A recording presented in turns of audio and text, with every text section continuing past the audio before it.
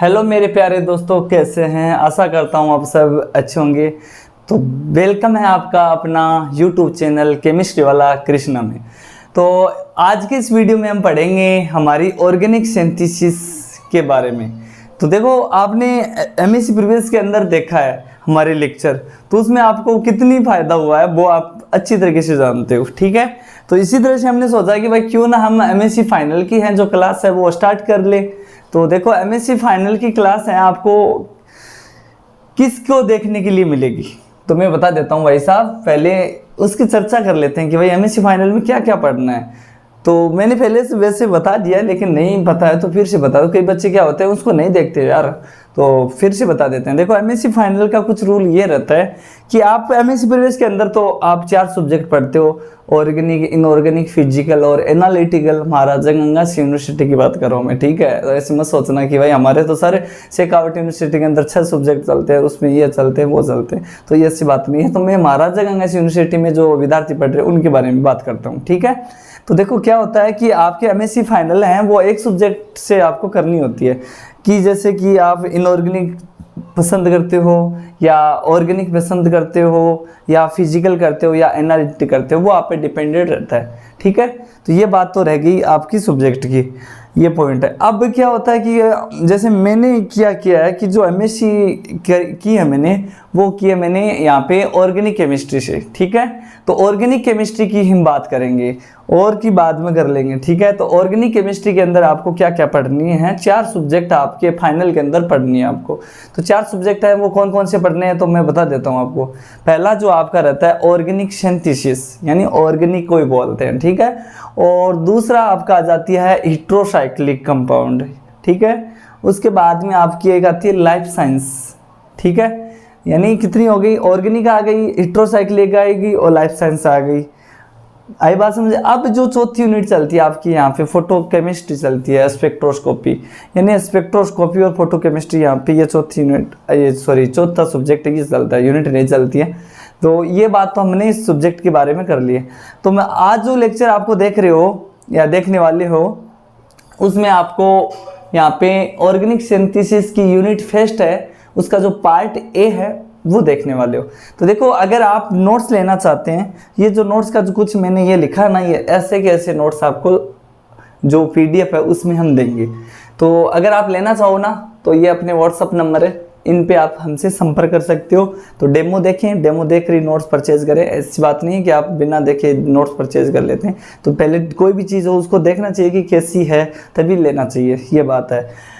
अब देखो, इसमें आपको क्या क्या चीज़ें आपको पढ़नी है। इसमें 5 यूनिट चलती है, ठीक है, ऑर्गेनिक सिंथेसिस के अंदर।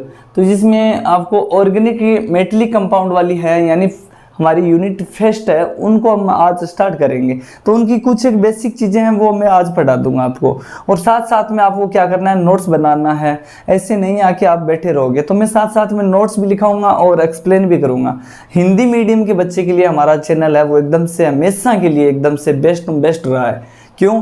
क्योंकि हिंदी है और इंग्लिश है तो दोनों से इजीली समझ में आ जाता है। लेकिन इंग्लिश टू इंग्लिश चलता है ना, तो वो देख कर भाग जाता है कि मेरे को कुछ भी नहीं समझा। ये मैं समझ सकता हूँ क्योंकि मेरे साथ भी हुआ ऐसा। मैं खुद हिंदी मीडियम का हूँ, तो मेरे साथ मैंने देखा यूट्यूब पे सारे के सारे इंग्लिश टू इंग्लिश चल रहा है, तो भाई साहब कुछ भी नहीं समझ में, लिखें तो क्या लिखें, दिक्कत हो सकती है, बहुत बड़ी दिक्कत हो सकती है। लेकिन इसलिए हमने क्या किया है, हमारे जो नोट्स हैं वो हिंदी और इंग्लिश दोनों में रहेंगे, तो जिससे आपको ईजिली समझ में। चलो थोड़ा सा सीख लेते हैं क्या है आज की इस लेक्चर में। तो देखो क्या है हमारा, सबसे पहले है हमारा ये ऑर्गेनोमेटलिक। अब ऑर्गेनो का मतलब इस नाम से समझ रहे हो आप लोग। ऑर्गेनो यानी क्या होते हैं, कार्बनिक, कार्बनिक यौगिक, यानी ऑर्गेनिक केमिस्ट्री। तो ऑर्गेनो का मतलब कार्ब, और मेटलिक का मतलब होती है धातु, यानी मेटल, यानी कार्बन और मेटल दोनों से मिलकर, कार्बन और मेटल दोनों से मिलकर क्या बनते हैं, कार्बधात्विक कंपाउंड बनते हैं। तो उसी को क्या बोलते हैं, कार्ब मेटलिक बोलते हैं, ठीक है। ये बात तो आप समझ गए। अब इसके अंदर आपको क्या क्या चीजें आप पढ़ोगे वो बात बता देता हूँ। इसमें आपको जो रिजेंट प्रिंसिपल है, यानी अभिकर्मक बोलते हैं इसको, रिजेंट को देख लेना, रिजेंट है उसको अभिकर्मक, प्रिंसिपल क्या क्या सिद्धांत रहने वाले हैं, उसकी प्रिपरेशन किस तरह से आप उसको तैयार करते हो वो पढ़ोगे। और क्या पढ़ोगे, प्रॉपर्टीज, इनकी जो ऑर्गेनोमेटलिक कंपाउंड है उसकी क्या क्या प्रॉपर्टीज रहती है वो आप इस लेक्चर के अंदर पढ़ोगे। ये बात हमने देख ली। उसके बाद में क्या है, इसमें एप्लीकेशन यानी प्रॉपर्टीज एंड एप्लीकेशन एक अनुप्रयोग होते हैं कार्बन धातु के, वो आपको यहाँ पे पढ़ने वाले हैं। और क्या है उसमें फ्लॉगिंग और में organic synthesis with mechanics detail, मतलब पूरी की पूरी डिटेल आप पढ़ने जा रहे हो। तो देखो पहले दिन है तो ऐसा मत सोचना कि भाई पहले दिन है तो मैं इस नोट्स को लिखूं या नहीं लिखूं, तो आपको साथ साथ में नोट्स हैं जो लिखना है, ठीक है। और अच्छी तरीके से समझना है और अच्छी तरीके से इसको नोट्स को लिखना है, एकदम हैंड रिटन नोट्स बनाना, आपको बहुत काम आने वाले हैं आपके नेट एग्जाम गेट एग्जाम में। ये सारे के सारा ये पोर्शन चलता है, एमएससी प्रीवियस और एमएससी फाइनल का ये आपके नेट के अंदर एग्जाम है, सॉरी सिलेबस है, उसी के अकॉर्डिंग ये पूरा चल रहा है। तो अगर आप इसको अच्छी से कर लेते हो ना तो आपको कोई दिक्कत वाली बात नहीं होगी। तो चलिए शुरू करते हैं। क्या होते हैं ऑर्गेनोमेटली कंपाउंड, तो उनके बारे में हम बात करते हैं। यानी वे का ऑर्गेनिक कंपाउंड जो कार्बन और मेटल, देख लो ये बात बता रहा है कि कार्बन और मेटल, यानी ये हमारा कार्बन है और ये क्या है हमारी मेटल, जानते हो ना मेटल वर्ग नंबर 1 और 2, क्षार धातु क्षार मृदा धातु पढ़ी हो ना और सारणी के अंदर, अरे याद है या नहीं है, तो उसमें वो धातुएं थी ना, हाँ बस उन दोनों से मिलकर कार्बन और धातु दोनों मिला लेते हैं ना तो कार्ब धात्विक यौगिक बनते हैं। तो वही बात ये कहना चाहता है। तो ऑर्गेन वे कार्बनिक कंपाउंड यानी वे कार्बनिक यौगिक जो कार्बन और धातु दोनों यानी कार्बन और धातु बॉन्ड रखते हैं। क्या रखते हैं? वे कार्बनिक कंपाउंड जो कार्बन और मेटल बॉन्ड रखते हैं उन्हें हम क्या कहते हैं? ऑर्गेनोमेटलिक कंपाउंड कहते हैं। भाई साहब क्या कहते हैं उसको? ऑर्गेनोमेटलिक कंपाउंड कहते हैं। समझ में आई बात? आई है या नहीं आई है? आ गई तो लाइक कर दो, अभी तक लाइक नहीं किया है तो वे ऑर्गेनिक कंपाउंड जो कार्बन और मेटल बॉन्ड्स रखते हैं उन्हें हम क्या कहते हैं? ऑर्गेनोमेटलिक कंपाउंड कहते हैं। क्लियर है इतनी? अब दूसरी एक जो एरो बना के इस तरह से लिखोगे आप नोट्स, दूसरा जो पॉइंट बोलता है कि इनकी जो सामान्य जो संरचना होती है दोस्तों वो क्या होती है? इस तरह से RN, R का मतलब जानते हो ना, ये कार्बनिक मतलब ये RCH3 भाई, ये कार्बनिक तो मेथिल एल्किल याद है ना, एल्किल एल्थिल मेथिल ये सब है। तो R का मतलब यहाँ पे कार्बन है, ठीक है। ये देखो यहाँ पे क्या है? कार्बन। तो RM द्वारा रिप्रेजेंट करते हैं, मतलब RM का मतलब समझ चुके हो आपको कि यहाँ पे R का मतलब C, फिर से बता देता हूँ, और M यहाँ पे मेटल कोई सी भी हो सकती है, ठीक है। इस बात का आप लोग ध्यान रखना, ये हमने बता दिया आपको। तो ये कुछ बच्चे क्या होते हैं कि उनको बेस कमज़ोर होता है, समझ में नहीं आता, इसलिए मैं पूरी चीज़ है जो समझाऊंगा। तो क्या बता दिया मैंने आप लोगों को कि इससे हम इसको क्या कर देते हैं? प्रदर्शित करते हैं। इनकी जनरल संरचना है जो RM से द्वारा रिप्रेजेंट की जाती है। दूसरा जो पॉइंट है वो क्या बोलता है उसको समझो कि इसकी जो nature of carbon metal bond होता है उसकी varies widely ranging from bonds that are essentially ionic to those that are primary covalent. मतलब ये कहना चाहता है कि जो इसकी जो प्रगति की बात करें कार्बन मेटल, यानी ये क्या कौन कौन सी प्रगति रखते हैं? तो सीधी सी बात है, एक तो आयनिक और दूसरी क्या है? सहसंयोजक। तो इनकी जो प्रगति होती है वो आयनिक और क्या होती है बोलो? प्राइमरी कोवेलेंट होती है, प्राथमिक सहसंयोजक इनकी ये प्रगति होती है यहाँ पे। अब नीचे एक पॉइंट आपको नजर नहीं आ रहा होगा तो मैं आपको बता देता हूँ, आप लोग लिख लेना उसको। नीचे जो पॉइंट ये बोलता है कि जो कार्ब धात्विक होते हैं यानी कार्बन और मेटल की बॉन्ड की जो स्ट्रक्चर है उसके कुछ एक इफेक्ट रखती है ये, और मेटल की पहचान भी बहुत महत्वपूर्ण होती है। तो देखो एक बार फिर से हम इसको रिपीट करते हैं और समझते हैं कि ये पॉइंट ये बोलना चाहता है कि जो ऑर्गेनोमेटलिक कंपाउंड होते हैं वो क्या होते हैं? ऑर्गेनिक पोजीशन की स्ट्रक्चर, किसकी बात कर रहे हैं? ऑर्गेनिक पोजीशन, यानी उसकी जो कार्बन की जो पोजीशन है वो क्या है? उस स्ट्रक्चर कार्बन और मेटल बॉन्ड के स्ट्रक्चर पर कुछ इफेक्ट रखती है वो, ठीक है। और मेटल की जो पहचान है उसको करना हमें बहुत महत्वपूर्ण माना गया है। तो इसके कुछ एक नोट ये पॉइंट है जो आप मैंने बताए, तो इसको आप स्क्रीनशॉट लें और इसको आप नोट कर लें। तो इतने ये कुछ एक पॉइंट है वो आप नोट करें, ठीक है। तो इसको जल्दी से जल्दी स्क्रीनशॉट लें।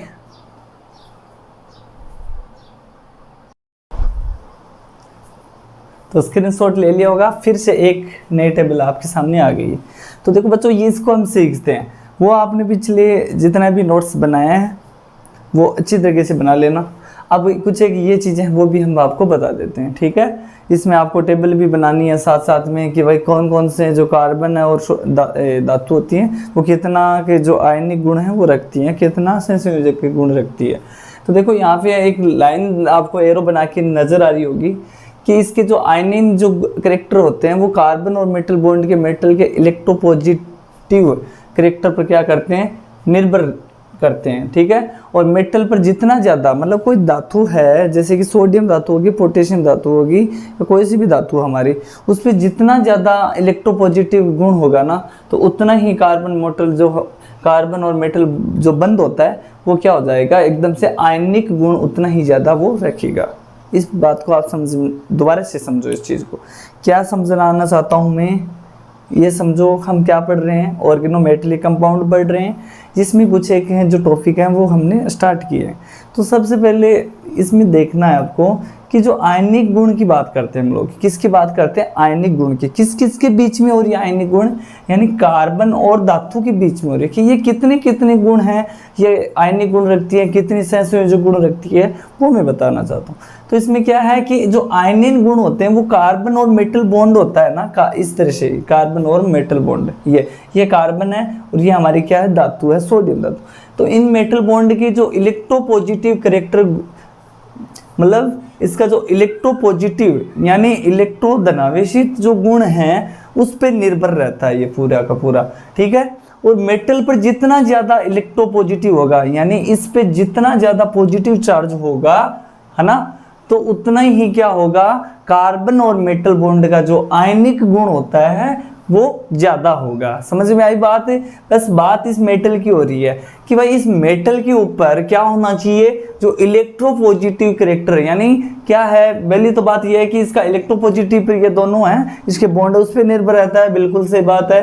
दूसरी बात ये होता है कि जो कार्बन मेटल बॉन्ड होता है उसमें आयनिक करेक्टर उतना ही ज़्यादा होने वाला है। कब होता है, जब मेटल पर क्या होना चाहिए, जितना ज़्यादा इलेक्ट्रोपॉजिटिव करेक्टर होगा तब जाके इस कार्बन मेटल बॉन्ड है वो आयनिक गुण है वो ज़्यादा रखने वाला है। तो इसमें से हम देखते हैं कुछ एक एग्जाम्पल हैं, वो हम बात करेंगे कि कौन कौन से जो धातु होती है वो कार्बन के साथ में कितने कितने आयनिक गुण वो रखती है। तो देखो कुछ कार्बन मेटल बॉन्ड होते हैं वो आयनिक गुण है वो इस तरह से रखेंगे। एक टेबल बनाई है मैंने, तो सबसे पहले हम 1 नंबर वाले की हम बात करते हैं। तो इसमें आपको नजर आ रहा है कार्बन है, यहाँ पे हमारी एक धातु है। कौन सी धातु है, ये सोडियम धातु है। तो इन दोनों के जो बीच में ये बॉन्ड है वो कितना आयनिक होता है, कितना इसमें आयनिक गुण रखता है। तो देखो परसेंटेज में दिया गया, तो परसेंटेज ऑफ आयनिक गुण, तो इसके आयनिक गुण की बात करें तो कार्बन और सोडियम धातु के बीच में जो आयनिक गुण होता है उसमें वो कितना होता है, 65% होता है। कितना होता है,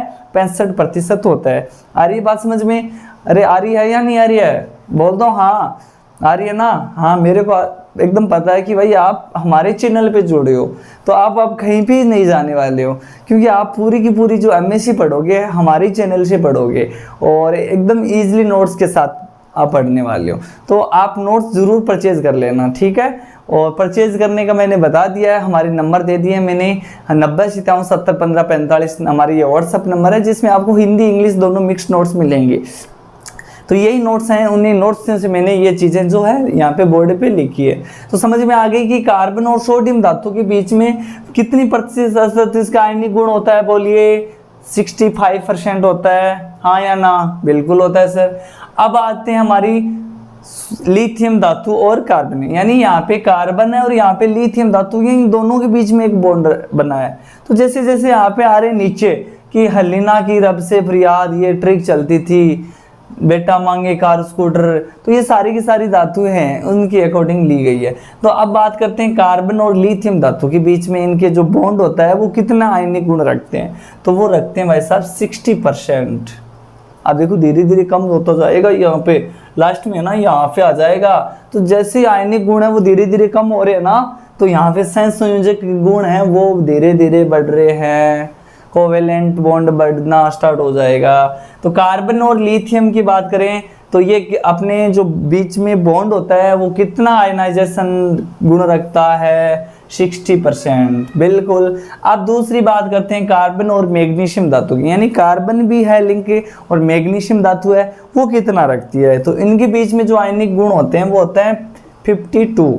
यानी 52% इनके मध्य में आयनिक गुण होते हैं। अब दूसरी बात करते हैं चौथे की, तो कार्बन और एल्यूमिनियम की हम बात कर लेते हैं। यानी कार्बन धातु है, कार्बन और एल्यूमिनियम की बात करते हैं। तो यहाँ पे एल्यूमिनियम धातु इसके साथ में जो आयनिक गुण रखती है वो कितनी रखती है, 40% यहाँ पे आपको देखने को मिलेगा। आई बात समझ में। अब हम बात करते हैं हमारे जिंक धातु है जो कार्बन के साथ में बॉन्ड बना रखी है। तो कार्बन और जिंक के बीच में कितना आयनाइजेशन रहेगा, तो वो हमारा रहेगा 38%, यानी 38 रहने वाला है। अरे ये वेरी वेरी इंपॉर्टेंट है भाई, यहाँ पे छोटे वाले क्वेश्चन भी पूछ लेते हैं। और कई बार क्या होते हैं नेट का एग्जाम के अंदर ये क्वेश्चन बनते हैं कि भाई कितना आयनिक गुण होता है, तो कितने प्रतिशत में ये रखती है, तो ये टेबल आपको याद रखनी है। अब दूसरी बात कर लेते हैं हम लोग, ये कार्बन और जिंक की हमने बात कर ली। अब है कार्बन और यहाँ पे पीबी, तो पीबी धातु है वो कितना रखती है, 36% ये आयनिक गुण है जो रखती है। अब हम केडमियम धातु की बात कर लेते हैं, तो कार्बन और केडमियम धातु होती है वो कितना रखती है, 32। अब देखो धीरे धीरे देखो यहाँ पे आयनिक गुण है वो कम होता आ रहा है ना, आया ना, आ रहा ना भाई। अब तो सब्सक्राइब कर लो चैनल को, कितनी अच्छी तरीके से हम पढ़ा रहे हैं आप लोगों को, और आपके लिए है ये नोट्स। आ जाओ फिर। अब देखो कार्बन और एसन धातु इनके बीच में कितना होता है, 28, और इस मरकरी के बीच में 28। इन दोनों का दोनों है ना एक ही आयनिक गुण होता है, मतलब 28 का है और 28 का है। तो मतलब ये हमारा जो है ये हमारा क्या है, आयनिक गुण है। अब देखो यहाँ पे तक आ गई है। अब यहाँ पे क्या हो जाते हैं, कोवेलेंट बॉन्ड बनना स्टार्ट हो जाता है यहाँ पे। क्यों?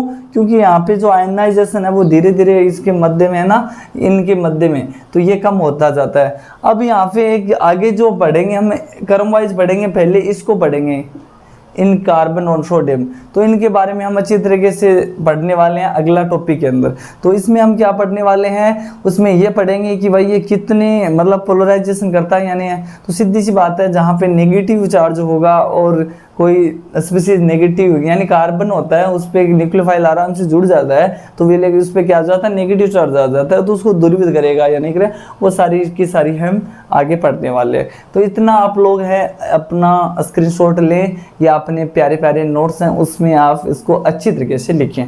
तो आप इसका स्क्रीनशॉट लें जल्दी सी।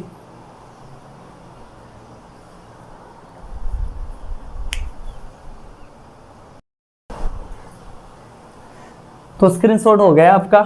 चलो अब मैं आपको बता देना चाहता हूँ कि आज का ये छोटा सा पार्ट है स्टार्ट किया, कैसा लगा कमेंट करके ज़रूर बताइएगा।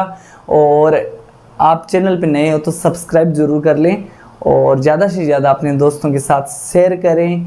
और नोट्स के लिए आप हमसे संपर्क कर सकते हैं, मैं नंबर है आप भी बता देता हूँ, स्क्रीन पे भी आपको नज़र आ रहे होंगे। तो नंबर है हमारे व्हाट्सअप नंबर, यहाँ पे लिख देते हैं, ये हमारे व्हाट्सअप नंबर है, इस पे आप हमें संपर्क जरूर करें, जिससे आपको नोट्स मिल जाएंगे और अच्छी तरीके से आपकी तैयारी हो सके एमएससी फाइनल की।